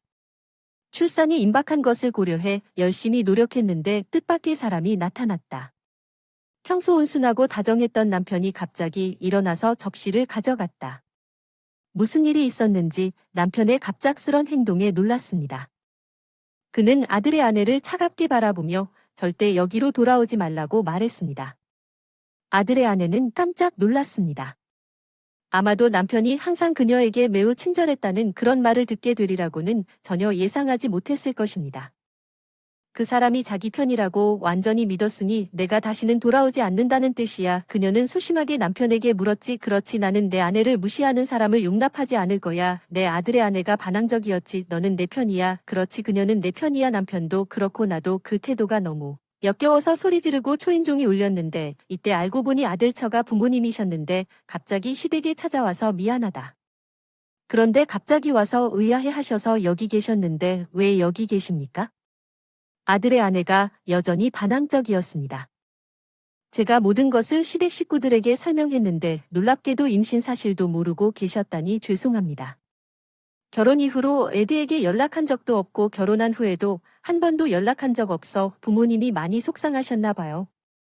다른 자매들을 편애했을 수도 있다는 걸 인정하고 좀 더 신경 썼던 게 사실이거든요. 언니들, 그게 바로 아들의 아내가 한 말입니다. 중년들이 가끔 변덕스럽거나 의지가 강하다는 말을 들었지만 이 정도로 극단적일 줄은 몰랐습니다. 시어머니가 저에게 우리가 부모로서 책임을 지고 싶다고 말했습니다. 이렇게 착하고 배려심 깊은 사람들 같던데 왜 다 말했지? 내 아들의 아내가 나를 차갑게 바라보던 그 날카로운 눈빛이 멋있다고 생각했는데 이제는 남을 무시하는 것 같으니 이 집을 나가야 해. 나 무슨 소리야? 역시 난 이 집 아내야라고 말하자 그녀는 반대했지만 그녀를 없애고 싶어도 물러서지 못했다는 게 무슨 말인가. 그때 시댁에서 처음으로 뭔가를 만들어냈을 때 나는 혼란스러웠지만 그게 그들이 재생한 청취장치였고 아파트 내부에서 녹음한 것이었기 때문에 가족이 완전히 내 통제하에 있을 정도로 쓸모가 없다는 것을 깨달았습니다. 그 사람이 우리 가족을 이렇게 조롱했다는 걸 믿을 수가 없었어. 물론 그 사람 부모님도 말이 없었어. 넌 우리 가족을 정말 과소평가했지. 난 내 아들의 아내가 너무 무너지자 얕보았어. 릴리 올리비아 무슨 말인지. 그 사람은 자기가 한 일을 깨닫지 못한다는 거야. 아들의 아내를 내려다본다. 가족을 소중히 여기지 못하는 사람. 가족은 우리 가족이 아니다. 지금까지 아들의 아내는 자신감이 넘쳤지만 이제 안색이 최악이었다. 내가 본 것 중 최악이다. 이것이 끝이다. 릴리가자 처음 만났을 때 그토록 명랑했던 시아버지가 이제는 악마 같은 표정을 짓고 있는데 왜 떠나야 하는가? 아들의 아내는 그 도청 장치에 있던 내용을 듣고 눈에 띄게 흔들렸고 말을 잇지 못했다. 그 사람이 이런 사람일 줄은 몰랐어요. 이제 집에 가겠습니다. 잠깐만요. 저는 이미 결혼했어요. 그녀는 저항하고 움직이지 않았습니다. 나는 그녀의 태도에 화가 났고 그는 아들의 아내에게 말대답했습니다. H 부모님이 장로님과 동생들에게 더 관심을 가져주셔서 외로웠던 마음은 이해합니다. 테이블을 쾅 닫았지만 여전히 당신을 보러 왔고 항상 당신을 걱정했습니다. 내 아들의 아내는 당신이 친절에 보답하는 것에 놀란 듯 움직였습니다. 감사원한만 품지 말고 스스로 노력하세요. 그녀는 항상 자기중심적인 여왕이었습니다. 아무 노력도 하지 않았습니다. 아마도 그녀는 어린 시절 추억에 너무 빠져 현재 상황을 볼 수 없었습니다. 용서해주세요. 내 아들의 아내 올리비아가 다시 사과했지만 그것은 너무 늦었다. 이런 아내가 있을 줄은 꿈에도 몰랐다. 나가라. 남편 도 화를 냈다. 시댁 식구들이 울고 있는 아내를 끌어내고 집을 나갔다. 다시는 가족 근처에 오지 마라. 나는 그 어느 때보다 더 크게 소리쳤다. 마침내 비명을 지르며 싸움이 끝났다. 지쳐 땅바닥에 쓰러졌다. 피로가 쌓인 탓인지 마음은 맑아졌다. 시댁과 상의 끝에 아들과 아내가 결국 이혼했다. 아이는 아들이 맡게 됐다. 아이를 키운 게 안타깝다. 첫손자가 내 아들을 닮아서 안도했다. 아이가 가끔 보여주던 미소가 내 아들과 똑같았다. 남편과 아들이 나중에 사과하자 처음에는 충격을 받았다. 그녀의 고조되는 행동으로 인해 반격할 용기가 부족했고 그들은 그녀의 보복이 두려워서 나에게 그것을 가져갔습니다. 내가 이 말을 했을 때 그들은 다시는 이상한 사람들과 관련되지 않습니다. 그들은 죄책감을 느꼈지만 나중에는 그들이 실제로 그랬다는 것을 깨닫고 웃었습니다. 낯선 사람에게 붙잡혔어요. 사랑스러운 손자, 다정한 남편과 아들, 이제 우리는 쌓인 가족으로 평화롭게 살고 있어요. 가족과 함께 시간을 보내는 것을 얼마나 좋아하는지 다시 깨닫게 되었어요. 오늘은 평화롭게 즐기고 싶어요. 기대됩니다. 제 손자의 성장. 제 이름은 에벌린입니다. 28세 회사원. 저는 앤드루와 2년 동안 데이트를 했고 그가 최근 저에게 제안했습니다. 앤드루는 30세이고 지역은행에서 일합니다. 그의 아버지도 같은 은행에서 일하며 지점장입니다. 친구 소개로 앤드루를 만났습니다. 가끔은 좀 무뚝뚝해 보일 수도 있지만 친절한 사람이에요. 억지로 나를 이끄는 타입이 아니라서 좋아요. 남의 말을 안 듣는 사람들 때문에 항상 힘들어했고 그냥 그 방향으로 끌고 가세요. 어쩌면 아빠도 다른 사람의 말을 듣고 그들의 의견을 존중하기 때문에 나는 그 사람을 선호합니다. 나는 약 10년 전에 엄마를 잃고 그 이후로 아빠와 함께 살고 있습니다. 엄마는 항상 약했지만 건강. 초등학교 졸업 후 상태가 악화되어 병원에 자주 입원하게 된 엄마는 마음이 약해서 아빠가 회사를 운영하면서 항상 누워 계시던 기억밖에 없어요. 요리를 돕고 엄마를 돌보기 시작했어요. 어렸을 때부터 해왔기 때문에 별로 어렵다고 생각한 적이 없었어요. 에벌린, 저는 항상 많은 일을 겪었어요. 아빠는 항상 괜찮다고 말씀하셨어요. 내가 대답할 건 아버지가 항상 미안해하시는 것 같았는데 고등학교 3학년 때 어머니가 돌아가시고 아버지의 슬픔이 너무 컸기 때문에 아버지가 어머니를 얼마나 깊이 사랑하셨는지 깨닫게 되었어요. 누군가와 결혼하면 좋겠다고 생각했어요. 나만큼 나를 챙겨줄 사람이 누구인지 친구를 통해 만난 앤드류는 왠지 아빠가 생각나서 금방 반해버렸다. 그 사람이 은행에서 일한다는 것은 알았지만 그 사람의 아빠도 은행원이자 사업가인 줄은 몰랐다. 지점장 아빠가 작은 회사를 운영하셔서 은행과 거래는 하시고 지점장과는 거래를 안 하실 수도 있겠네요. 대학 졸업하고 아버지 회사에 들어갈까도 생각했지만 아버지 회사에서 일해도 될까요? 무심코 물어봤는데 진지하게 대답해 주셨네요. 우리 가족이 편애로 이어질 수 있기 때문에 당신을 여기 둘 수 없습니다. 그는 단호하게 말했습니다. 고용주로서 아버지는 제 주위에서 조심해야 할 것이고 다른 직원들은 저를 대하는 방법에 어려움을 겪을 것이므로 결국 제 회사에서 일하지 못하게 될 것입니다. 앤드류의 프러포즈를 받아들인 후 아빠 회사에 나는 앤드류의 부모님을 만나기로 되어 있었다. 나는 이미 아빠에게 앤드류와 결혼할 계획을 말씀드렸다. 축하한다. 너희 엄마도 기뻐하실 거라 확신한다. 아빠는 부모님을 만난 후 거의 눈물을 흘리며 소개시켜 주겠다고 말했다. 아버지께 사랑한다면 아무 말도 하지 않겠다고. 내가 앤드루 부모님을 만나러 가는 날 아버지는 내가 긴장하는 모습을 보시고 그냥 아무 사람인 척 하지 말라고 하셨는데 빨리 노출되니까 그런 척 해본 적 있어? 내 엄마 부모님을 만났을 때 궁금해서 물어봤지. 에드는 한 번도 안 해본 격식어를 써봤는데 꿰뚫어 보시고 웃으셨어. 아빠의 이야기 덕분에 긴장이 좀 풀리고 앤드류 집에 도착하니 좀 더 편안하게 집을 나갔어. 그의 부모님이 우리에게 인사해 주셨어요. 여기까지 와주셔서 감사합니다. 긴장하지 마세요. 그냥 얘기하고 싶어서 놀라울 정도로 캐주얼하게 덧붙였습니다. 앤드루에게 도움을 청했지만 그는 그냥 객실에서 쓰레기 놀이를 했을 뿐인데 제가 구직자인 것처럼 느껴졌습니다. 내가 가져온 선물을 앤드루 엄마에게 건넸다. 동네 유명한 빵집에서 사온 작은 물건이었어. 동네 유명 사탕가게의 특산품이었어. 이런 사소한 물건을 본 적도 없었지. 정말 그녀가 함부로 상자를 던진다고 했어. 앤드류의 아버지가 에블린에게 어디에서 일하냐고 물으셨을 때 제가 선물을 대접한 것보다 그녀가 음식을 학대한 것에 더 충격을 받았습니다. 앤드루의 아버지가 에블린에게 인사도 하기 전의 대화보다는 신문처럼 느껴졌습니다. 질문에 대해 저는 스텔러 텍솔루션즈에서 일합니다. 저는 가능한 한 유쾌하게 대답했습니다. 스텔러 텍솔루션즈, 우리 은행에서 그들과 사업을 하고 있습니까? 제 회사는 대기업이어서 지역은행과 거래를 하지 않습니다. 아버지는 무엇을 하시나요?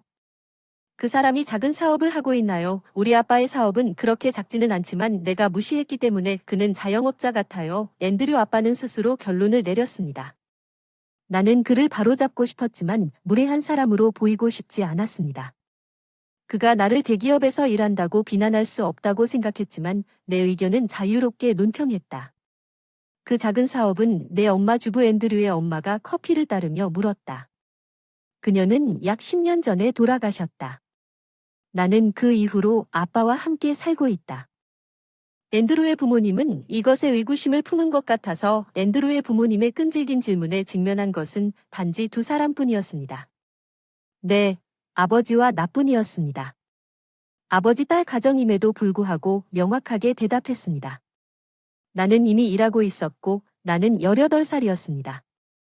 엄마가 돌아가셨을 때 애쓰는 이미지는 없어요. 어린 아이와 함께 죽었을 때 엄마가 없었으면 힘들었을 텐데요. 그렇죠. 삶이 엉망진창이 됐죠. 아니, 이미 다 컸으니까 괜찮았어요. 불행했어요. 대답. 앤드루의 부모님은 얼굴을 찡그린 채 솔직하게 말한 것을 후회했습니다. 그들은 아버지 딸 가정을 무시하는 것 같았습니다. 장학금을 사용하여 대학에 다녔습니까? 대화가 예기치 않게 바뀌었습니다. 아니, 아버지가 등록금을 지불해 주셨습니다. 나는 진실을 말했지만 앤드루의 아버지는 계속 지불하는데 회의적인 것 같았습니다. 결혼 후에도 장학금을 돌려받는 사람이 많습니다. 그는 내가 장학금 빚을 지고 있다고 생각하는 것 같았습니다. 얼마나 갚아야 할까요? 그는 내가 장학금을 빌렸다고 스스로 확신했습니다. 나는 장학금을 빌린 적이 없어서 갚을 필요가 없습니다. 뭐든지 말을 잘 안 듣는 사람이 지점장을 할 수 있다는 사실에 놀랐지만 그뿐만이 아니었습니다. 앤드류 엄마도 부녀 가정에서 고생하고 장학금을 갚아야 한다는 강한 오해를 갖고 있었는데 안타깝게 다 빨리 갚을 계획이라고 하더군요. 앤드루와 결혼하면 그녀는 스포츠를 위해 앤드루를 찾는 비열한 표정으로 비난했습니다. 그는 단지 고개를 끄덕였고 그의 엄마는 도와줄 사람이 아무도 없었습니다. 나는 애플을 해야 했고 장학금 상환도 없으므로 걱정하지 마세요. 나는 그들이 성장하는 것을 분명히 짜증나게 한다고 주장했습니다. 아버지 딸 가정에서는 다른 사람의 말을 들을 수 있니 불쌍한 일, 아버지 딸 가정에 대한 편견이 두려웠고 아버지도 죽었을지도 모른다. 앤드류 아버지는 추측보다는 추측에 가깝습니다. 그것은 환상의 습관에 가깝습니다. 자영업자에게는 힘든 일입니다. 요즘 기업에서는 그가 빚을 지고 도주하면 은행에 큰 문제가 됩니다. 일단 앤드루와 결혼하면 은행이 마음속으로 당신에게 돈을 빌려달라고 강요할 수도 있습니다. 그들은 지금 우리가 거래가 없다는 정교한 이야기를 인정했지만 저는 그럴 것입니다. 이름을 기억하고 착지하지 않도록 하세요. 앤드루 통계는 불안한 결심으로 말했습니다. 나는 이미 이 시점에서 앤드루와의 결혼을 포기했다기보다 포기한 것이 분명했습니다. 나는 이 사람들과 함께 살 수 없다는 것이 분명했습니다. 나는 앤드루가 다음과 같다고 생각하면서 영원히 부끄러워했습니다. 우리 아빠는 이런 무자비한 사람이 아니었어요. 죽은 채 자영업하는 부녀 가정에 따른 앤드루와 어울리지 않아요. 앤드류 엄마가 소리쳤어요. 앤드류의 반응을 확인해보니 그도 동의하는 것 같았고 다시 고개를 끄덕이며 역겨워요. 앤드류의 아빠가 거기에 있다고 자랑하고 있다는 걸 깨달았어요. 많은 여자들이 우리의 지위 때문에 접근하는 게 부자와 결혼하는 게 부의 지름길이라고 하더군요. 그 사람이 자랑하는 걸 보니까 내가 모욕을 당하고 앤드류가 나를 변호하지 않는 걸 보니까 그 사람에 대한 애정이 다 없어졌거든요. 처음 왔을 때 느꼈던 인터뷰 같은 분위기가 정확했어요. 부모님 방문 중간은 아니고 제가 그 아들과 잘 맞는지 확인하기 위한 면접이었습니다. 부모님들이 우월감을 느끼도록 고안된 불공평한 면접이었습니다. 가족이 되어 좋은 방법으로 제가 끔찍한 곳에 왔다는 것을 깨달았습니다. 이 사람들은 나도 모르게 끔찍했을 텐데 불쾌하긴 했지만 결혼이 가까워졌는데 여전히 나를 얕보고 싶어. 앤드류의 부모님은 아직 끝나지 않았지만 그렇게 순진하지는 않았어. 면접에 실패한 것 같아서 이만 떠나게. 이 말을 뒤에 나는 앤드루와 그의 부모님을 떠나 그의 집에서 나갔다. 앤드루는 내 긴장된 얼굴을 보며 우리 관계의 끝을 알리는 나를 따라오지 않았다. 집에 돌아와 아버지는 내가 용감하게 옷을 입었는데 무슨 일이 있었는지 괜찮냐고 물으셨다. 앤드류의 집을 떠나는 얼굴에 아버지가 긴장을 풀게 만드셨어요. 나는 눈물을 흘리며 말 한마디 없이 그에게 매달렸습니다. 아버지는 제가 울음을 그치길 기다리고 계셨습니다. 나는 그 사람과 결혼하지 않을 것이라고 고백했습니다. 아버지는 내 말을 추측한 것에 놀라지 않으셨습니다. 난생 처음으로 결혼이 파탄났다고 낯선 사람들에게 완전 비웃음을 당했는데 울음이 너무 많아 슬픔이 씻겨져 나가고 앤드루와 그의 부모님에 대한 분노만 남았습니다. 그들은 아버지 딸 집에 있는 게 불쌍하다며 우리를 무시했습니다. 우리를 불쌍한 아빠라고 부르자 조용히 고개만 끄덕이시고 내가 대학 장학금을 갚아야 한다고 생각해서 결혼까지 하신다는 내 끊임없는 분노를 듣고 아버지의 눈썹이 찌푸려졌다. 이것을 기다리던 것처럼 안도감을 느꼈습니다. 아빠가 마침내 앤드루에게는 운명이 없다고 말씀하셨습니다. 정말 그에게는 운명이 없는 것 같습니다. 부모님의 말씀이 상처가 되었지만 그런데 나는 나를 옹호하지 않는 앤드류에게 가장 화가 났습니다. 앤드루가 어느 은행에서 일하는지 아빠에게 은행 이름과 앤드루의 아버지가 지점장이었던 곳을 말했어요. 어느 지점장이 앤드루가 이전에 나에게 준 명함을 보고 나는 내 사랑스러운 딸이 모욕을 당했을지도 모른다고 대답했습니다. 약간의 보답 뒤 일주일 후 휴일의 뜻밖의 미소를 지으며 우리 집에 예상치 못한 방문이 있었습니다. 앤드루 아빠였어요. 저번에 미안해요. 오늘 당신을 여기까지 온 이유는 더 빈정거린 인터폰을 통해 에블린이 당신 아빠 집이라고 말했어요. 어쩌면 아빠랑 얘기하는데 유난히 겸손한 태도에 당황스러워 아빠가 들어오라고 해서 나도 할 말이 있어 살짝 겁먹은 표정으로 앤드류 들어오자마자 집으로 안내했는데 아빠가 바로 사과했어. 저번에 너무 미안해. 앤드루의 아버지는 깊게 절을 했다고 말씀하셨습니다.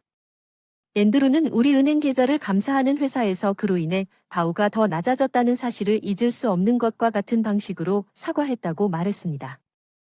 내가 앤드루 집을 방문한 다음 날에 일어난 일. 아버지가 앤드류 아버지 지점에 갔다. 지점장은 아버지와 명함을 교환했지만 아버지 회사가 무엇을 했는지 몰랐습니다. 당황했습니다. 다른 은행 직원이 관리자에게 아버지 회사가 귀하의 은행을 감사하고 있다고 설명했습니다. 어제 감사하러 왔던 지점장입니다. 오늘 제 딸이 당신 집에 방문했습니다. 어제 당신의 딸 앤드루 아버지는 아버지가 제 아버지인 줄 모르고 혼란스러워했습니다. 제 딸이 무례하게 굴어서 미안해요. 아버지가 냉소적으로 말씀하셨는데 다른 은행 직원들은 어떻게 대처해야 할지 몰라 당황하다. 은행 임원들과 직접 통화한 회계법인 사장이 지점에 찾아와 소란을 피우고 있다.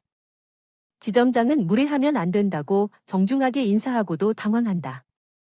정중히 지점장이 당황했다. 내 딸이 무례했을지도 모르지만 당신도 상당히 무례한 것 같다고 들었습니다. 당신이 원하는 것이면 당신의 은행과의 거래를 종료할 수 있다고 들었습니다. 그 명령은 농담으로 모두에게 충격파를 보냈습니다. 지점장도 포함해서 아버지는 이런 강한 반응에 놀라 서둘러 집으로 돌아갔고, 앤드류 아버지는 아버지와 회계법인 사장이 같은 사람이라는 사실을 끝까지 깨닫지 못했던 앤드류 아버지가 상상했던 것보다 더 효과적이라는 것이 밝혀졌습니다. 우리 아버지 회사는 일반적으로 잘 알려져 있지 않지만 업계에서 앤드류의 아버지에게 약간의 충격을 주려고 하는 큰 플레이어인 것 같습니다. 아버지가 그를 방문하여 은행에서 큰 소동을 일으켰고 다른 은행 직원들은 당황하고 분명히 촉구되었습니다. 앤드류 아버지가 사과하러 오셨다가 앤드류 아버지가 함께 사과하러 오셨습니다. 나에게 사과하지 말고 딸에게 먼저 사과해야 합니다. 앤드류와 그의 아버지가 이전에 들어본 적 없는 아버지의 확고한 말투에 놀랐습니다. 더 충격의 바닥을 기어가다. 저번에 우리가 무례하게 굴어서 반성해서 미안해 틀린 말은 안 했으니 괜찮지. 그렇지. 앤드류는 비꼬듯 웃으며 나를 올려다보며 말했어. 대부분 화났어. 내 눈부심 앞에서 나를 위해 일어서지 않은 것에 대해 앤드류는 아마도 나와 화해하고 싶었을 것입니다. 내 휴대전화로 그에게서 부재중 전화가 많이 왔고 그의 번호를 차단했기 때문에 그 사실을 알지 못했습니다. 하지만 그들이 떠난 후에 나는 그것이 얼마나 심각한 일인지 보답할 수 있는 좋은 기회였다는 것을 알았습니다. 당신이 가난하다고 조롱했던 부녀 가족에게 깊이 사과하는 기분은 어떻습니까? 앤드류도 그의 아버지도 대답하지 못했습니다. 항상 안부를 전해주던 이사벨라에게 은근히 영업 중단 부분이 농담이었는데 본사에는 말하지 않겠습니다만 제 딸은 이제부터 접근하지 마세요. 또 엄하게 말했고 앤드류네 집에서 나갈 때까지 바닥에 엎드려 계속 사과만 했습니다. 아빠의